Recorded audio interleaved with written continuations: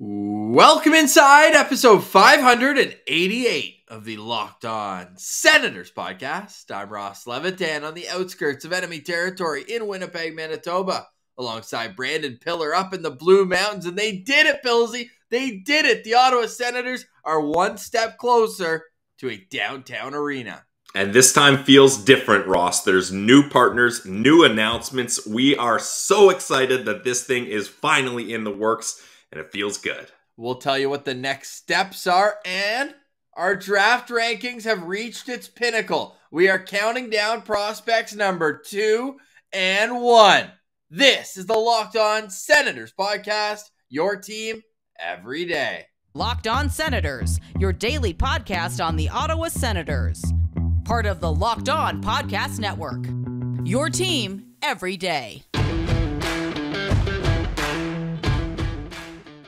Thank you for making Locked On Senators your first listen on this Friday, June 24th. We are free and available on all platforms, including on YouTube, where the best way you can help the show grow is to leave a comment below. Let us know your thoughts on the feeling around the new downtown arena. You can also subscribe to Locked On Senators and click that thumbs up down below. It helps the algorithm immensely. Pillsy, they did it.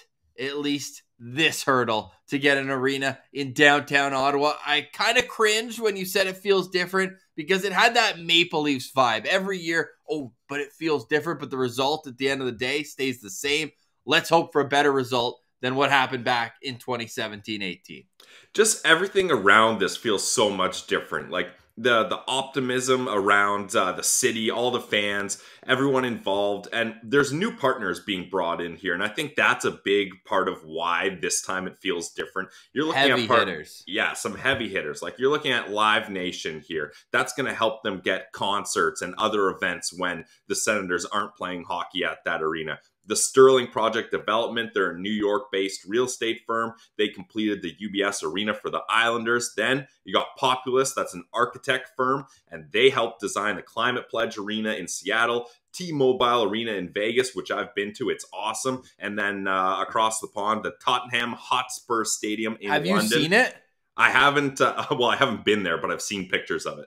It looks unbelievable. And not only that, we actually got boots on the ground in Sydney, Australia. I got to pull out because we got so many Sens Central citizens in Australia. Lincoln Berry, citizen, can confirm Accor is nice. They got a crowd of 70,000 there. It's for like cricket, Australian football, rugby, all that. Amazing venue. Populous knows what they're doing. I spent about an hour yesterday looking at all their buildings. Oracle Park in San Francisco, widely known as the most beautiful baseball stadium in the league. New Yankee Stadium as well. Citi Field, where the Mets play. Like, they've got a Rolodex of unbelievably well-built facilities. And how about the renderings, Pillsy, of the new downtown arena for the Ottawa Senators? I know renderings, they make things a little bit, shinier than the look in real life. But not only that, how about the touch? And you just got to appreciate this. Buddy wearing a Kasper's Doggovins jersey front and center in the rendering. You see that? Yeah, I mean, makes sense. Like, if you're going to show any sort of Senators building, you got to get a Doggovins jersey in there. That's who made that decision? But that's an awesome decision. It just, goes with the whole, it just goes with the fun that the Senators have been able to have on Twitter in the last little while and beyond. Just their social presence just seems a lot more, natural. It feels more engaging. It feels more relatable, which most reporters do a good job of being relatable to the fans. There's the odd one who likes to get in the mix. That's okay. So shout out Populous for this photo. That looks beautiful.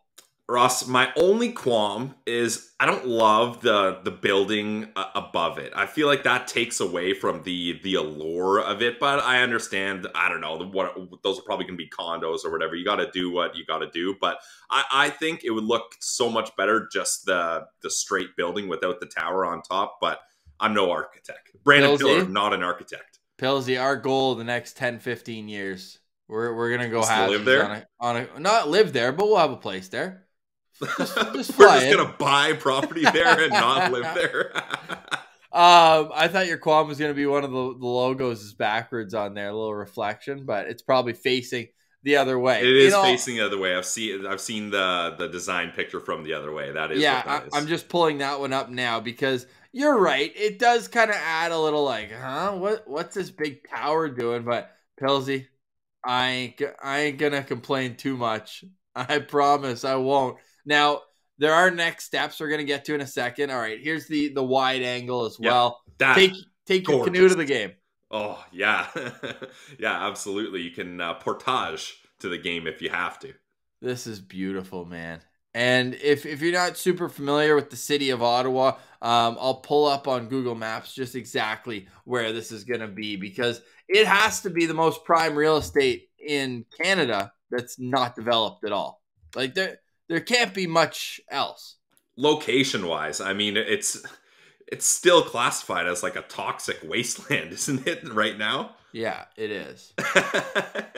Classic Sens. Well, it's sad because it used to be like a bumping neighborhood right at the foot of Parliament Hill. Apparently, there was a really big fire that kind of took out most of the neighborhood, and they just fenced it off and we're like, all right, yeah, we'll figure it out later. So you can see here, nice aerial view of the National Capital Region. There's the three ponds, Jean, Gabriel, Pajot. But no, so you can see this huge plot of land, and there's going to be much more than just a arena there. There's going to be kind of like Lansdowne, but to a bigger scale where you've got the restaurants, the shopping, just a place to live, work, eat, breathe. I feel like they should be paying us as a bit of a promo right now. Maybe they'll give us one of those condos for free. How about that? There you go.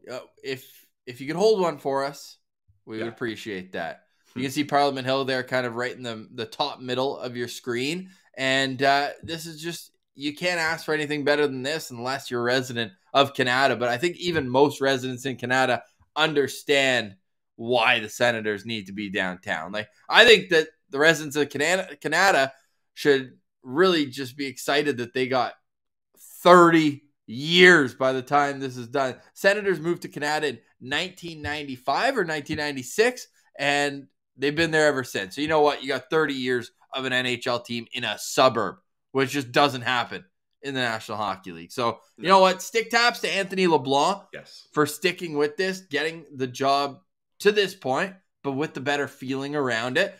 Stick taps to Erin Crow for coming back to the organization after she left in not a great term, or not on great terms. She had a great term. She's very solid. She's the CFO for the Ottawa Senators. She was at the meeting there with the NCC. And shout out to the NCC for not closing the book on the Senators as well. But at the same time, like, they're kind of the, you know, the figurehead of this whole operation.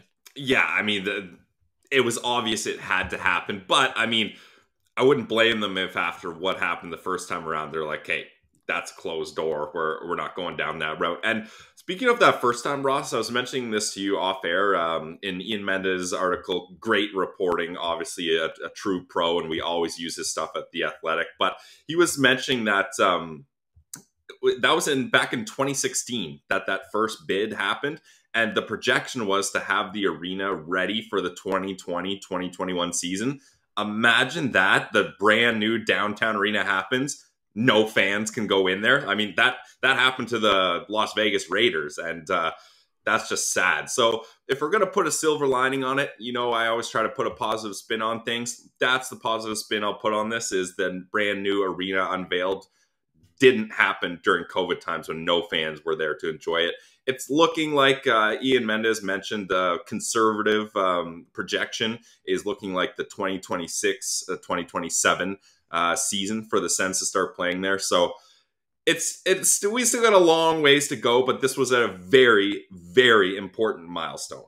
So what they've signed is a memorandum of understanding where many other projects wanted that land. Yeah, I didn't even read into what they are. They didn't have the Ottawa Senators involved, which is just kind of a no-brainer for the NCC. If you're going to have a major event center, now you've got 41 home dates at the very least, and that's where Live Nation comes in to try to round out the rest of that. Because we have seen, and yeah, Ottawa gets some good concerts, but it's typically like Montreal then Toronto, and they just skip right over Ottawa because it's kind of too much of the same thing in that neck of the woods. So now you've got a major event center. You'll attract those extra high-end acts in a more regular basis. So now that they've been given this memorandum, it means they're the only able to negotiate. They're the only ones who are able to negotiate. Speaking sorry, this is the last time we're recording at 7 a.m. This is wild. Yeah, this is not our time. Especially like this isn't even hockey, but it's so important and it's so exciting. But it's a lot. We're there. We're there. The next phase of this plan, Pilsy, because that's what people are wondering. Okay, cool. Now what? Because we have been here before. But now what? Now they need to get a lease agreement in place. So now it's who's going to pay for this thing. Yep. Now it's when does construction start. So that is expected by the fall of 2023. So we're not going to be on this beat every single day. So I'll keep my shovel in the closet till then. Keep your shovel in the closet. I think the earliest that shovels could hit the ground, this is again for me and Mendez, 2024. That's actually not that bad. I thought it would be an NCC, as the mayor, Jim Watson, said. Nothing's easy with the NCC. Yeah. There's a few loopholes to get through every time. Ian says 2026, 27, or 27, 28.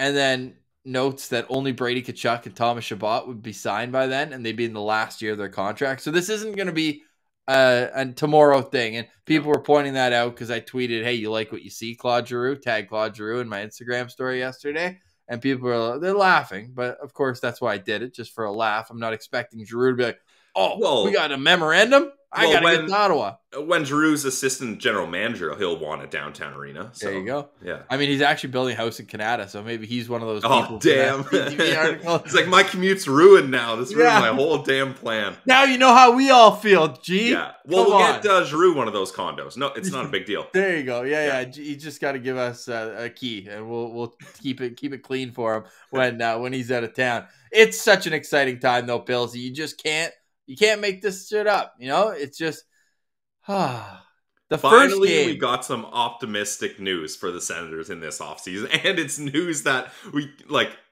it's like 5 years down the road, but you know what? We'll take it. I love it. Let's go. But it does feel like the clouds are disappearing. Yeah, the dark clouds are disappearing, and there are some rays of sunshine going through. And speaking of rays of sunshine, Ross, I also noted it looks like on Twitter people are saying that the roof of this building is going to be a giant green space. So that's also great because, like, why not take advantage of that? You've got that's a decent amount of area on top of that roof that's not going to be used for anything else. Might as well make a great green space of it. So I love that. Yeah, and Climate Pledge Arena. No surprise that it's all sustainable. So Populous has a very good track record with that. No above ground parking. I absolutely love that. If you've had to navigate the CTC before, the parking lot there. Oh my God. You could spend hours just trying to figure out where's your car? Dude, where's my car? Yeah. This is going to be fantastic. There will be, in all likelihood, some underground parking. But this location is nuzzled in between the two LRT stations. And hopefully by 2026, the LRT will work properly. Yeah, and our pal on Twitter, Steve on Sens, he makes a good point. Like, when you go to Sens game, the game is over, and you're like, okay, like, now we just do our brutal commute home, whether it's driving, Uber, on the bus, whatever. But now you can be like, all right, game's over. We're fired up after the Sens just absolutely dominated the Leafs in the home opener. Let's keep the night going. Let's go. So that's a great point. It cuts Brady Tkachuk's commute to the Heart and Crown down by about a half hour. Exactly. Yeah. So he can be serving us drinks extra early. Hey, you love it, man. Just shake, shimmy, Brady Tkachuk, dude. It's exciting news, and talk about starting to attract free agents. And I'm not saying this upcoming year, but down the road when it's like, hey, next year we're moving into this downtown arena. Exciting times coming up for the Ottawa Senators. We'll touch on that story as it develops, but we have to get back to our draft rankings, Pilsy. It's the end of an era. We've been doing this for over a month, Pilsy. Every single show, we've been counting down from 64. We're going to get back to that and tell you what's next in our draft coverage right after a quick word from one of our favorite sponsors.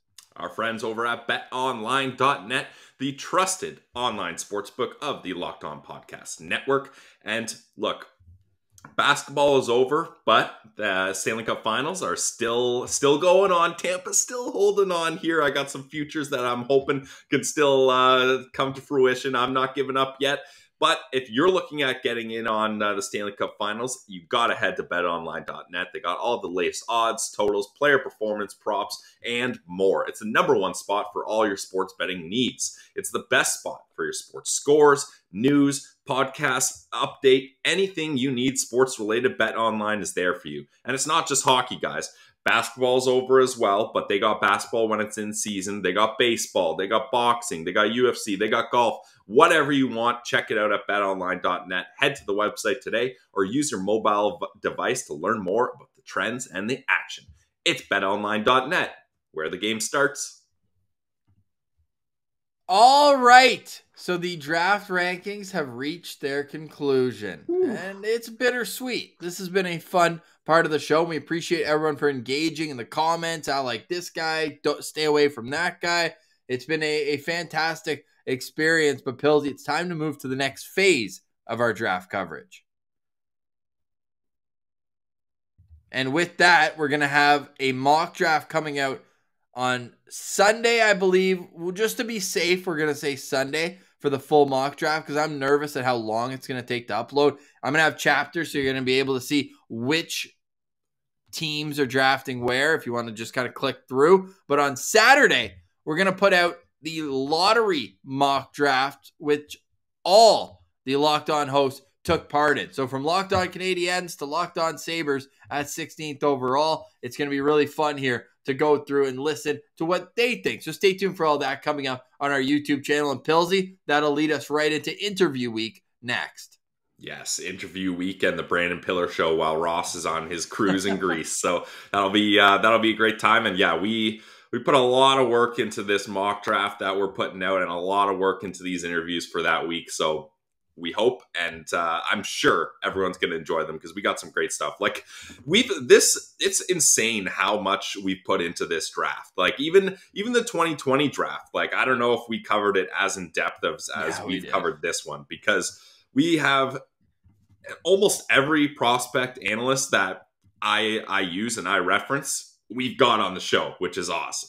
Yeah, it's going to be really exciting times coming up in the next week. On Monday, we're going to put out our list, though. You've heard our average list. Pillsy and I are doing our own list, who we like through this process, and we'll put that out on YouTube, and we'll put our own full list out on Twitter as well. So make sure you're following at Sens Central, LockedOn.Senators on Instagram. We're close to 1,000. Why not? Let's get an extra digit on there. So go follow us on Instagram, LockedOn.Senators. All right, Pillsy, coming in at number 2 on our Locked On Senators 2022 draft rankings for the final time. We're going to the U.S. National Team Development Program in a draft full of great names. This man may have the coolest. It's Logan Cooley, a commit to the University of Minnesota. And when I think of Logan Cooley, I think of silky smooth.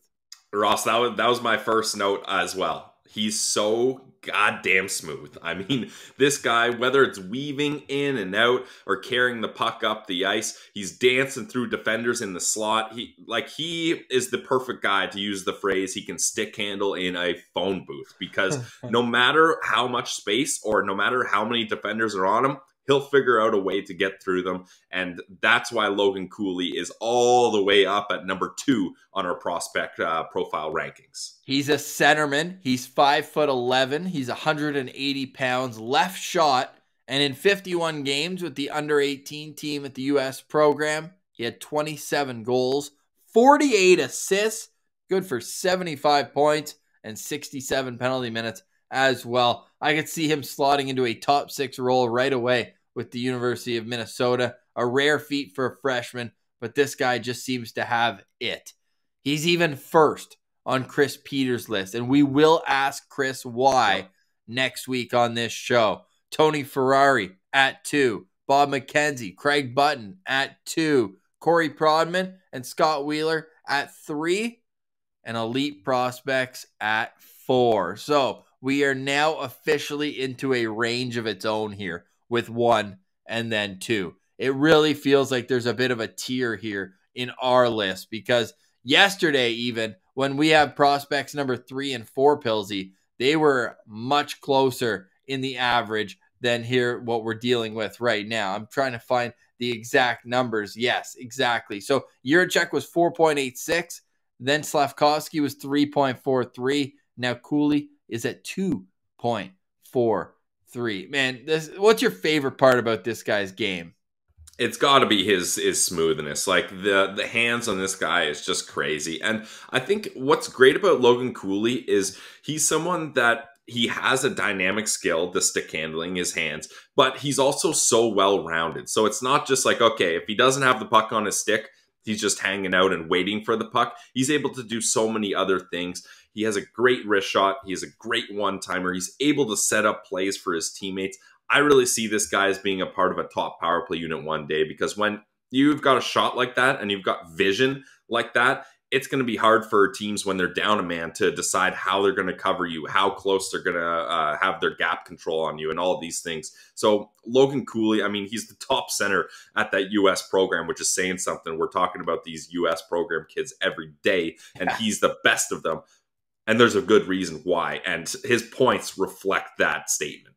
Hey, with elite prospects, though, he's always a bridesmaid, never the bride. Like, he's got a medal for pretty much everything, but none are in the top 2. Third best vision in the draft, third best transitional forward, 4th highest floor, 4th highest ceiling, 4th best problem-solving skills, 4th best straight line skater, and the 5th best two-way forward. And I love who they used as a shades of. Robert Thomas of the St. Louis Blues. Yeah. You know, he can dazzle, and maybe I just don't watch the Blues enough, but he's the kind of guy where, at least up here, we don't hear too much about him. But then you look at his numbers, and they fly off the sheet. You're just like, whoa, all right, you're unbelievable. And an Eastern Conference scout told EP in May of 2022, he projects down the middle and has a speed and skill package you look for in the top 6, and his safety is what makes him so appealing. At worst, this is a kind of guy who is a tweener middle 6 guy, but plays on your first power play. But at the top end, you're looking at a number 1 center. Yeah, exactly. And I wouldn't be surprised if he's a number 1 center just because of his way to facilitate the play. Anytime you have a guy that can... all he needs is for the defenseman in his own zone to just slide the puck over to him, and he can do the rest. And all he needs for his teammates to do is follow along and get in the right spots, and he will set guys up. And I'm sure if you asked his line mates about that at the program, they would tell you a similar thing, because when he's on the ice, good things are happening. He's producing points at a crazy rate. And yeah, I mean, we looked at the rankings, Ross. EP, they have him at 4.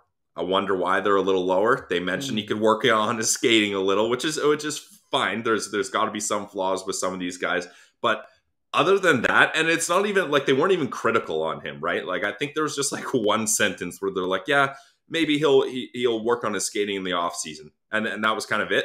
And nowhere else could I find any other knocks on this guy. I got it. It wouldn't hurt Cooley to add another gear as a skater. Yeah, like that. There's your big knock on Logan Cooley. That's it.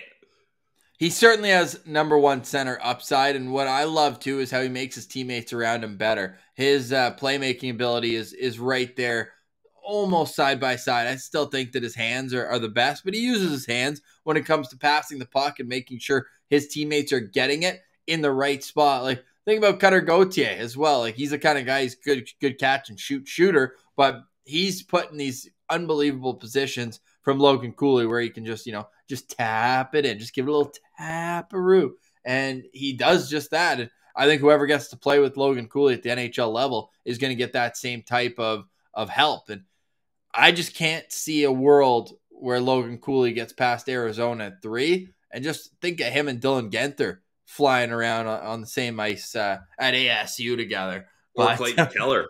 Yeah, even Clayton Keller too. But those guys, I mean, I would say they're somewhat similar players in terms of their puck handling ability, their way to use their vision to open up passing lanes. And I love Logan Cooley. Like, for me, I had to think when I'm looking at him and Shane Wright, and I was like, is Shane Wright that much better than Logan Cooley? Like, it just feels like Logan Cooley is certainly the more exciting of the two players.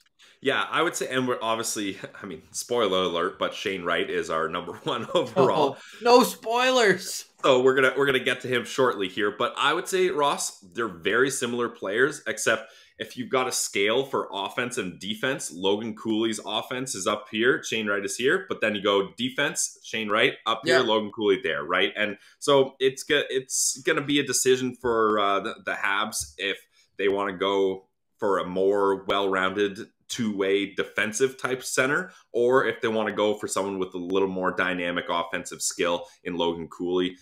I have a pretty good feeling they're going to go with Shane Wright, but yeah, Logan Cooley to the Arizona Coyotes, that really makes a lot of sense for me because he's someone that could really kickstart that team and give them a big boost. I mean, they could also move him to New Jersey at 2, but I do think they probably lean Slavkovsky, they lean the winger, or they lead trade. But what kind of trade are you making for the 2nd overall pick?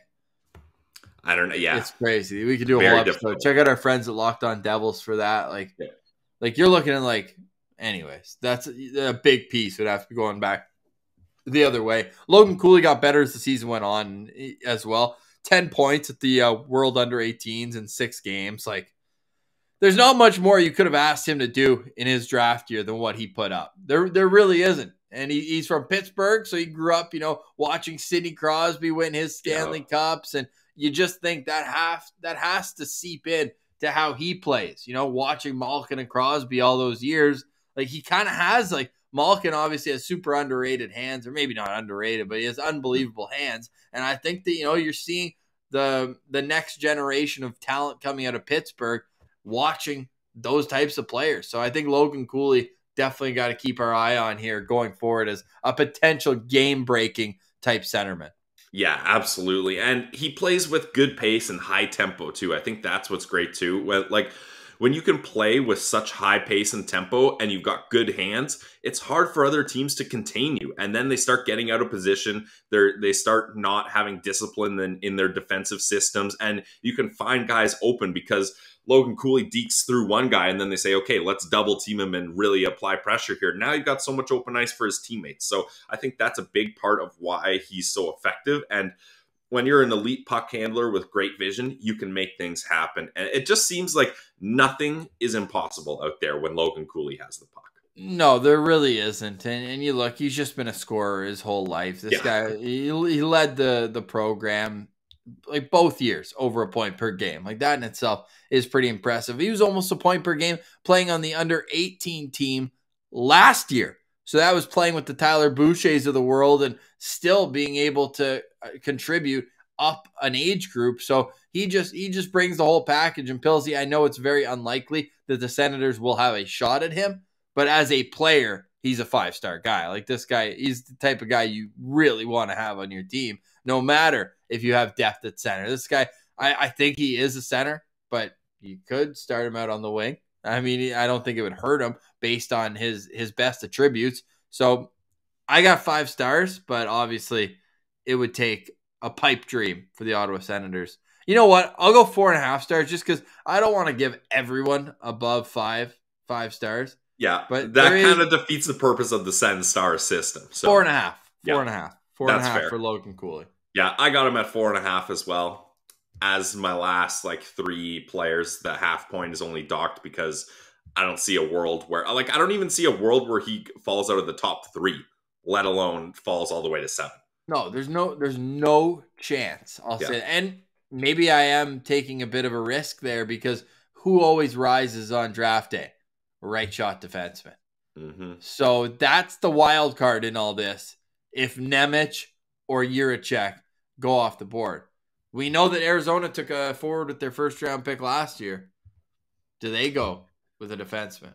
Yeah, it wouldn't be the craziest thing, and then if Cooley falls, I still think Seattle takes the other of the right-hand shot defenseman. But then Philly, you're taking Cooley all day, every day. 100%. So it doesn't get past that point. 100%. Well, Logan Cooley, fantastic player. Yep. Definitely go check out his highlight reel on YouTube. It's ridiculous. He is a magician with the puck, and one team is going to be extremely happy on draft day when he puts on their jersey. All right, Pilsy, we made it. It's the number 1 ranked player on the Locked On Senators countdown. No surprise, no drum roll needed. And you know what? This player, he probably wouldn't even want a drum roll because he is very cerebral. He's very calculated. He's very mature as a prospect. It's from the Kingston Frontenacs, Shane Wright. Yeah, Shane Wright. He's been the number 1 guy pretty Since much. he was like 13. Yeah, like I remember working at TSN, Ross. I was covering the Canada games, and I don't know how old he was there, like 14, 15, and all of our like highlights, they all like, you couldn't do a highlight of Shane Wright without mentioning likely first overall pick in the 2022 draft. And this was like 5 years ago. So like it was well known throughout the industry that this guy was going to be the guy, and for good reasons. He was the captain of Canada at the U18s, where he had 14 points in 5 games. How are you? Captain of the Kingston Frontenacs. He was granted exceptional status and drafted first overall in 2019 in the OHL Draft. There's a lot to like about Shane Wright. Yeah, he's only the 5th player to get exceptional status into the Ontario Hockey League. That in itself, pretty exceptional. He did that as a 15-year-old. And you mentioned the unbelievable World Under-18s he had. Pilsy, that was last season. He was still in the playoffs this year. Did not attend. Get this.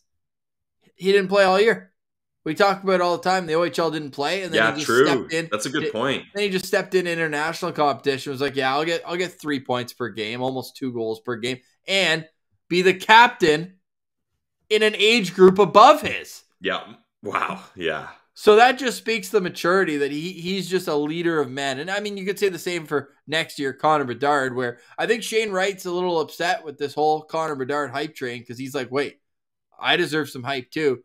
But he's not as flashy as Connor Bedard. Bedard's got like, oh, I'll turn the outside in, go backhand, bar down. Whereas Shane Wright is so much more calculated. It really, for him, the sum is greater than all the parts. It really is the fact that he slows the pace down when he's on the ice. And for better or worse, like we'll get to that actually in a sec. Remind me, for better or worse when it comes to Shane Wright playing in the offensive style. 6-foot center, 199 pounds with Kingston, had 94 points in 63 games. That includes 32 goals, 22 penalty minutes. We do have a pair of our scouts who see him as the number 2 prospect in this draft. Wouldn't be a prospect board without a little bit of debate. Corey Prodman and Chris Peters both have him at number 2. And again, we will ask both of them to explain why on this show coming up next week. Elite prospects, Tony Ferrari, Scott Wheeler, Bob McKenzie, Craig Button, all have him as the number 1 overall pick. What is your favorite attribute when you watch Shane Wright play? Well, like we mentioned earlier, it's his defensive awareness. And I've referenced it a bunch of times, but I'll keep giving credit. The EP Let's Watch videos with David St. Louis, again, another person going to be on this show. He does a really good job of highlighting the little things that Wright does that make him so good. Because like we talked about, he's not a dynamic guy. Like he might not wow you with pull you out of your seats, highlight real plays, but it's the combination of all the little things he does right. And when he's defending, he's able to help his team create offense by positioning and anticipation. He puts himself in the right spots to break up passes, to not allow plays to develop for other teams when he's defending. And not only that, it's one thing to break up a play, Ross, but if you just break it up and then you have the puck and then you just get swarmed by pressuring forecheckers, it doesn't really do you much good. So he puts himself in a position to break the play up, and he's already thinking, once I break it up, how do I start transitioning up the other way, up the ice with my teammates? So that's where he really excels, and his hockey IQ allows him to maybe not be more dynamic than other players, but to be smarter than other players, sorry. And it's that hockey IQ mixed with good skating that makes him so dangerous, because he knows where he needs to be and he can get there efficiently. And that's why, there's no doubt in my mind that this guy's going to be a great centerman in the league, because he's so aware of the whole play from any angle of the ice and any spot that he needs to go to transition defensively to offensively. He's got it figured out. Well, he's got the best problem-solving skills in the draft, so there's that. That goes to that. He's the best two-way forward in the draft, so that goes to that. I should mention he's a right shot as well. Again, a bit more of a premium, especially, you know, when you're looking at a top center or a top defenseman, you'd like to have like one lefty, one righty in a perfect world. I don't like the shades of Patrice Bergeron. I feel like that's so overused. It's a little much. If they're a good two-way guy, Mika Zibanejad's their other one. I don't know about that necessarily, especially at the same age. I know they're doing Mika now, but when Mika was that age, certainly defense was not the calling card of his game when he had his 9-game stint and beyond with the Ottawa Senators. But Shane Wright, man, very interesting prospect because he doesn't always pull you out of your seat, and sometimes maybe that makes people think twice about putting him number one on their rankings. But at the end of the day, he's the best prospect in this draft. He's the number one guy. 90. So we talk about all his defensive awareness. Is 94 points this year. Like he's a stud. I mean, but Ross, interestingly enough, according to EP, 94 points is the lowest CHL point total for a first overall pick. Really? Since 2001. Wait. Rick Nash. Boom. Nice. Yes. There you go. That's it. Yep. Nice. Wait, and what about guys like Hischier? CHL point totals. Was Hischier in the CHL? Yeah. How many points did he have? I don't know. That's why I got to ask. But he was with the Halifax Mooseheads. Oh, right. I just assumed he was with the Swiss League when he came over. Yeah. No, he came over. I'm curious right now because, I mean, the Q. 86 points. Yep. So, I mean, that sounds bad for you're like 94 points for this guy. And I'm like, actually, that sucks. That doesn't suck. It's still really good. But it's interesting to note that in past years, 94 points has been massively achieved by first overall CHL players. But that just goes to show you he's more defensively aware than a lot of these other prospects that are just putting up heavy points. 100%. No, I agree with that. It's exciting too for, let me pull this back up for a sec. I hope that didn't stay up the whole time. Anyways, Shane Wright, unbelievable prospect, unbelievable player as well. I want to show you. This might be, because you know how we always talk about how I just laugh. We take a peek at their elite prospects and how they do as a youngster. So he's from Burlington, but he and his dad moved to Don Mills, just north of Toronto, in I think his 13-year-old year, because they realized like we got to be all in on this. And being in Burlington, it's a little bit further out. What does he do with the Don Mills Flyers, Pilsy? 150 points in 72 games. Yeah, it was very clear that at that age he was going to be something special. And Ross, I saw some highlights from the Don Mills Flyer days. That arena when he played was packed. Like people were crammed in there like sardines. And it's for like what? 15, 16-year-old kids. No, because he was playing the OHL at 15. So you're looking like 13. No, but 14. I mean that's the age. That's the age group of those players. Yeah, of that league. Yeah. So it was just so funny to see. It's like a grainy camera, and there's just like thousands of people packed into this small arena to watch him play. Yeah. Well, in his playoffs most recently, he did have 14 points in 11 games. But Pilsy, there's been some discourse about how he didn't even lead his own team in scoring in the postseason. Does that concern you at all? No, not really, because once again, I'll reference his defensive play, right? Like he's not someone, and they mentioned this in EP, and I think it makes a lot of sense. He's not someone that the Canadiens are going to be saying, "Oh, we hope he gets a Maurice Richard trophy or an Art Ross trophy." You don't think Habs fans will be expecting the first overall pick to get the Maurice Richard trophy? I mean, they better not be. Otherwise, they're going to be trade disappointed.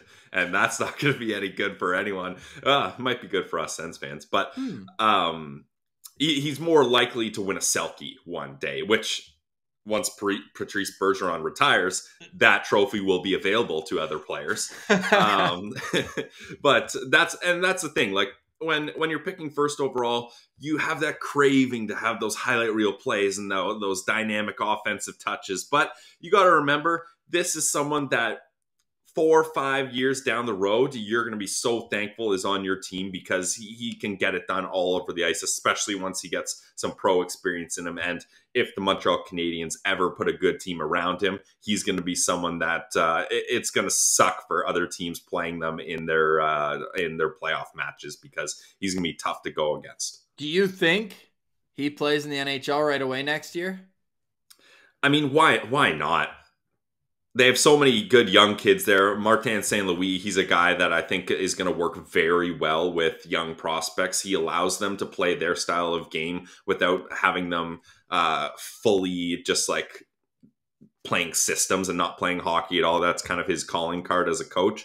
So I think it makes a lot of sense. It'll help guys like Cole Caulfield out, take a little pressure off Nick Suzuki. And I mean, they don't have a captain right now, and we just talked about this guy's leadership qualities. Just give him the C right away. No pressure, kid. Get drafted in Montreal. Put the C on his draft day jersey. That's what I was going to say. Put the C on there and get it started. Why not? No pressure.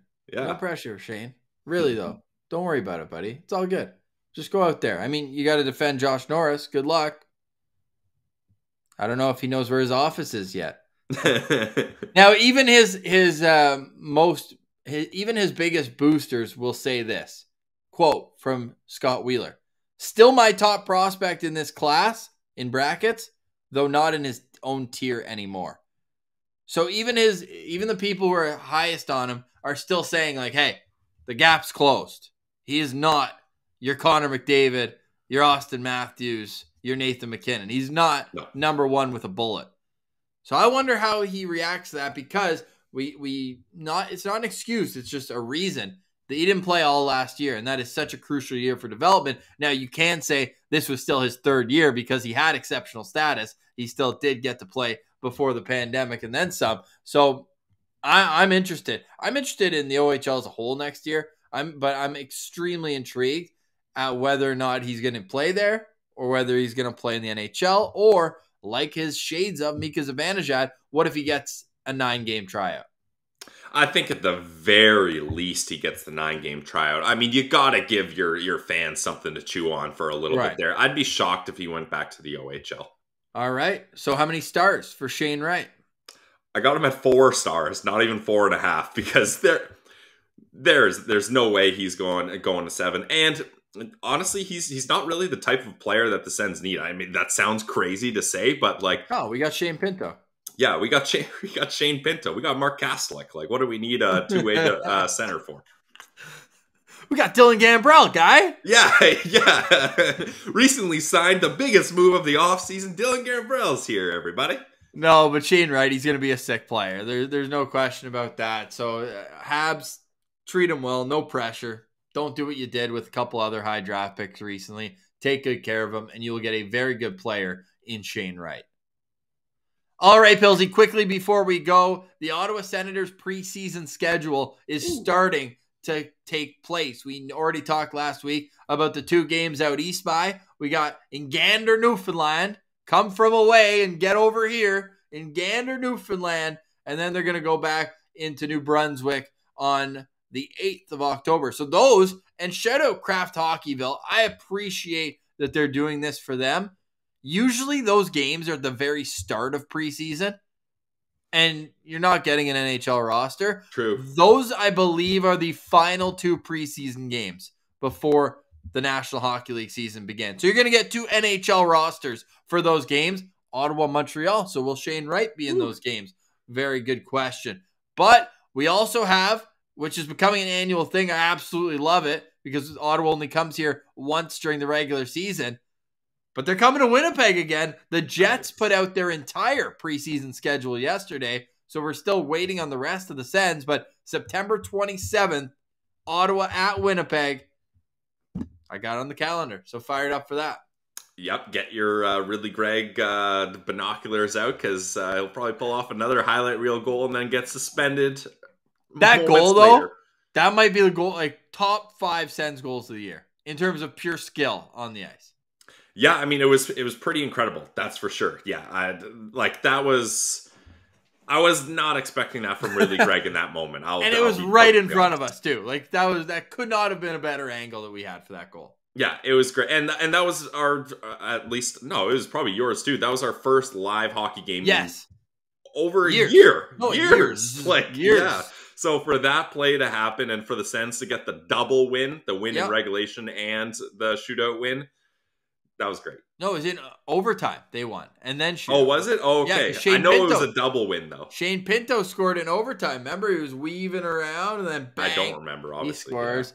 My last game before that was the Chris Phillips jersey retirement game. So, yeah, years is correct. Yeah. So, Senators hockey, it's a ways away. I'm not going to kid you guys, but it will be back soon. And we'll be back on Monday. I'll be here live on Monday. We're going to give out our own draft list. And then for the rest of that week, we're going to have interview season. We're going to take Canada Day off this year. And then we're going to have a full week leading up to draft. Pilsy will get you your instant draft reaction on the Thursday and Friday. And then I'll be back Monday with a fresh set of takes. So you'll hear Pilsy's initial reaction on Thursday, Friday, and my initial reaction the following Monday. Hopefully I got a nice little tan. If the internet holds up, I might be a special guest the night of the draft because I'm going to be locked in. Follow us on Sens Central. It might be a little less frequent, but we will be keeping you updated there. But you might not get the daily tweets that the show is out, so make sure you're subscribed on the Locked On Senators YouTube channel. Turn your alerts on, especially for next week. Yep. And then you can also subscribe on your favorite audio platform. Hey, I just realized you can give 5-star reviews on Spotify, so why not? Go hammer that 5-star, hit the Apple Podcast, leave a review. It does go a very long way.